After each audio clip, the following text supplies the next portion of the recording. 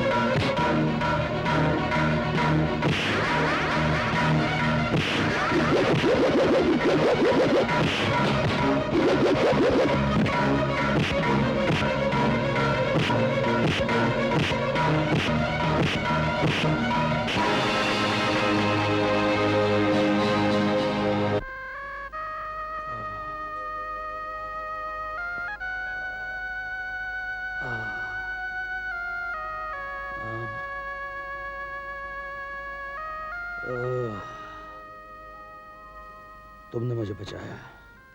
हाँ साहिब, आप बीच बाजार में लहू लोहान पड़े रहे, हम उठाए के आपको यहाँ ले आए। Thank you. चाय पीजिए। नहीं धन्यवाद। अरे अरे अरे बाबू साहब नहीं, अरे उठो नहीं, बहुत लहू बह गया है। नहीं, मुझे जाना ही पड़ेगा। इतनी रात कहाँ जाएंगे आप? तुम्हें मालूम है वो लोग मेरी जान के पीछे पड़े हैं। अरे इसलिए तो हम आपको अपने घर में छुपाने के वास्ते लेके आए। हाँ, मैं राष्ट्र की संपत्ति हूं और राष्ट्र की संपत्ति को छुपाना बहुत बड़ा जुर्म है।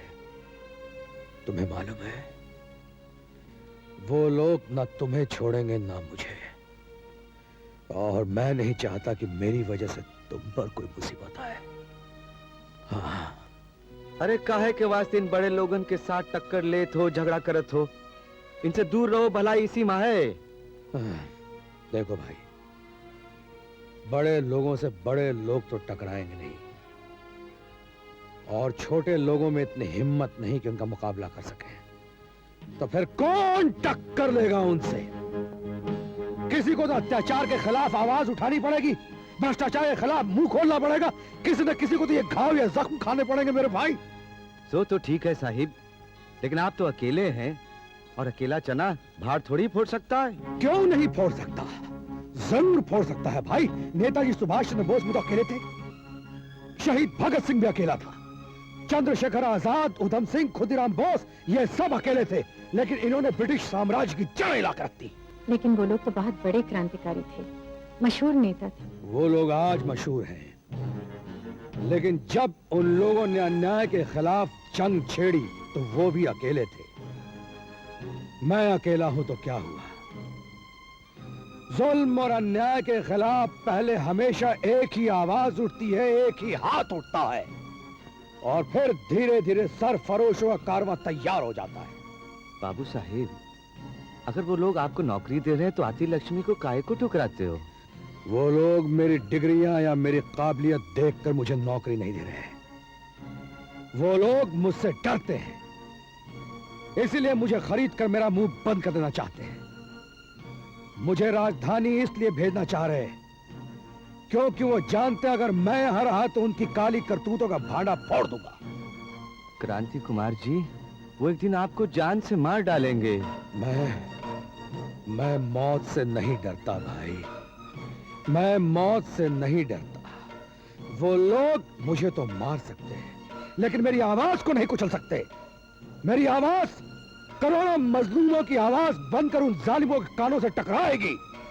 मेरे खून के एक बूंद से हजारों लाखों करोड़ों क्रांति कुमार पैदा होंगे जो इस धरती से जुल्म, अन्याय और बेईमानी के राक्षस को हमेशा हमेशा के लिए खत्म कर देंगे। क्रांति होगी, पूर्ण क्रांति, संपूर्ण क्रांति।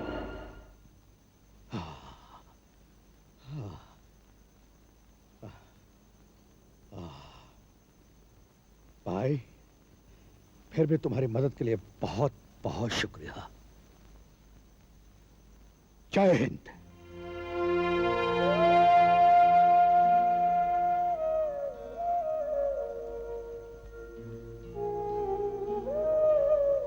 गरम खून है ना, अनजाने में किसी दिन अपनी जान से हाथ धो बैठेगा। मौसी, मुझे कॉलेज जाते हुए शर्म आती है। क्यों? मेरे सिवा वहाँ लगभग सभी के पास स्कूटर है। इसलिए कि तेरे सिवा वहाँ लगभग सभी पैसे वाले हैं। फिर मुझे पढ़ाने की क्या जरूरत है? मेरी अक्ल मारी गई थी जो तुझसे पढ़ने को कहा।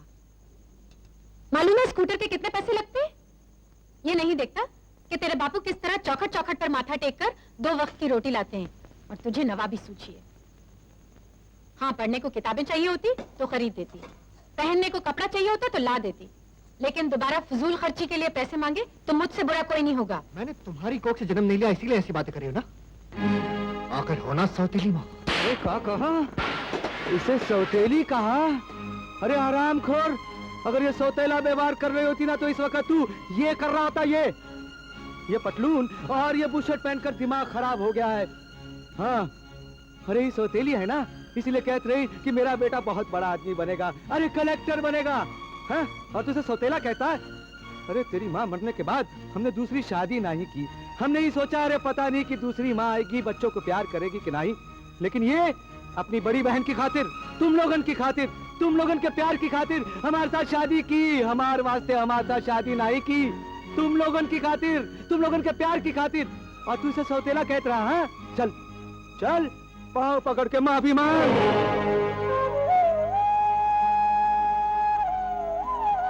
चलो।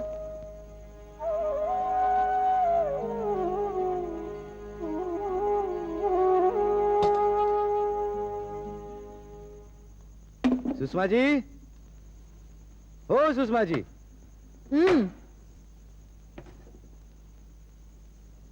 ये लो, अरे मारो उसके मुंह पर। बोलो साइकिल खरीद लेगा, स्कूटर खरीदेंगे, हाँ, जैसे स्कूटर पर पैदा हुए थे।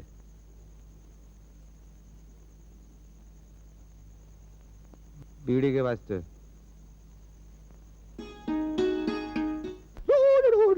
Oh my God! अरे पंजर भजन पंजर भैया, लूज हो गया।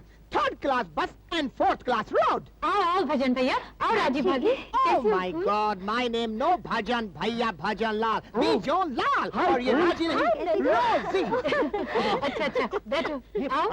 इधर? हाँ, Okay, okay. Oh God! सफाई सीट कहाँ है? सभी साफ है, कहीं भी बैठो, यहाँ बैठो। Oh, सफाई, oh explain please. आंटी, इनका मतलब है सोफा सेट। हाँ, अच्छा, Yeah. Sofa set. हमारे पास सोफा सेट नहीं है। Oh तो खरीद लो। अरे तुम क्या समझते हो, सब घर हमारे घर जैसे होते हैं। चलो बैठ ही जाते हैं, चलो। Darling. Okay. Oh, तुम्हारा वाइफ किधर है? वाइफ? हाँ, अवतार, राम अवतार। अच्छा अच्छा, यू मीन हस्बैंड। हाँ, सेम थिंग। काम पे गए, बस आते ही होंगे। काम पे गए हैं? You mean अभी तक वो जोर जोर कटिंग और शेविंग करता? छी छी छी छी। इस विलेज में कुछ चेंज नहीं हुआ, सब ओल्ड फैशन। गांव में रह के गांव की रीत तो निभानी पड़ती है ना। पटौदी आउट।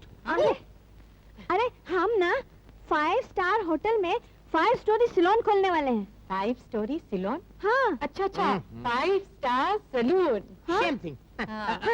उसी के लिए इनविटेशन करने आए हैं। ये तो बहुत अच्छी बात है। बस मैं खाना लगाती हूँ, आप लोग आराम कीजिए। Oh, oh, frock night, frock night. Frock का क्या करोगी? आंटी फ्रॉक नहीं, फोर्क मतलब छुरी काटा। अच्छा, छुरी काटा नहीं है हमारे यहाँ। तो खरीद लो। चमचा चलेगा? टॉलरिंग। शारदा जरा चमचा ले। ओह गॉड, ये सूट पहनकर फ्रॉक के बिना फूड खाने में मुश्किल होती है। आई मीन हाँ दार्जिलिंग, इतनी अच्छी साड़ी पहन के बिना डाइनिंग टेबल के खाने में फिल्टी होती है ना। फिल्टी नहीं, डिफिकल्टी मम्मी।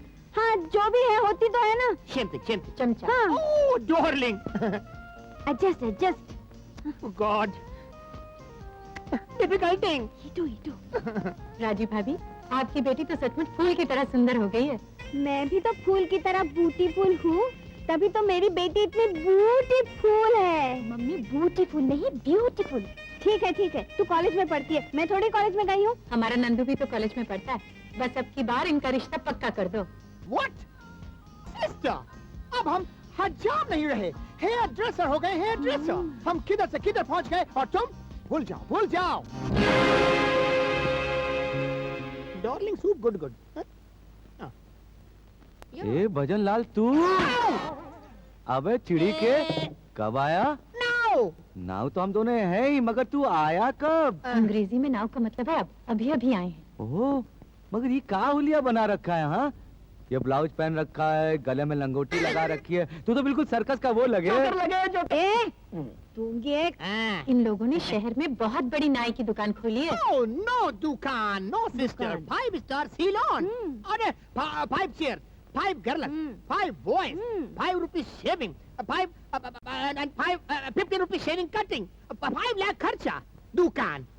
इतने पैसे आए कहाँ से? डकैती की क्या? अरे नो डकैती, गवर्नमेंट ने लोन दिया, तुम भी चलो। कहाँ? राजधानी में। क्यों?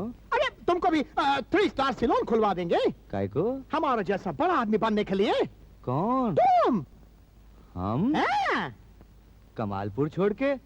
नहीं, अरे अगर हम कमालपुर छोड़कर गए तो जानते हो यहाँ लोगों की हालत क्या हो जाएगी? ये लंबी लंबी दाढ़ी, बड़े बड़े केस हो जाएंगे ऋषि मुनियों की तरह। नहीं, ऑल राइट, तुमको 3rd क्लास बने रहना है तो 3rd क्लास में रहो, मगर हमारे सिलोन की ओपनिंग सेरेमनी में जरूर आना।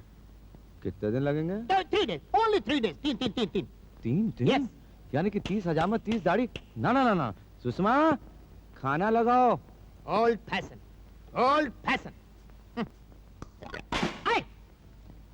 Radio out.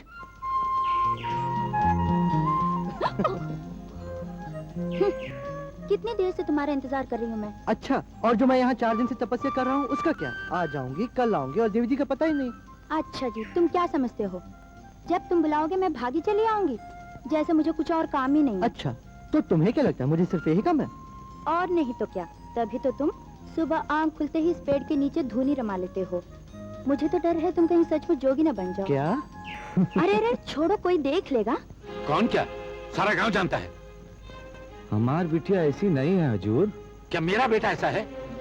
देख रहे न हुए, अपनी औकात में रहे, अपनी औकात में। तेरी लौंडिया मेरे बेटे पर डोरे डालने की कोशिश कर रही है। अगर दोबारा उसने मेरे बेटे से मिलने की कोशिश की तो मैं तुझे धक्के देके इस गांव से बाहर निकलवा दूंगा। कहाँ जमीन, कहाँ आकाश। हाँ।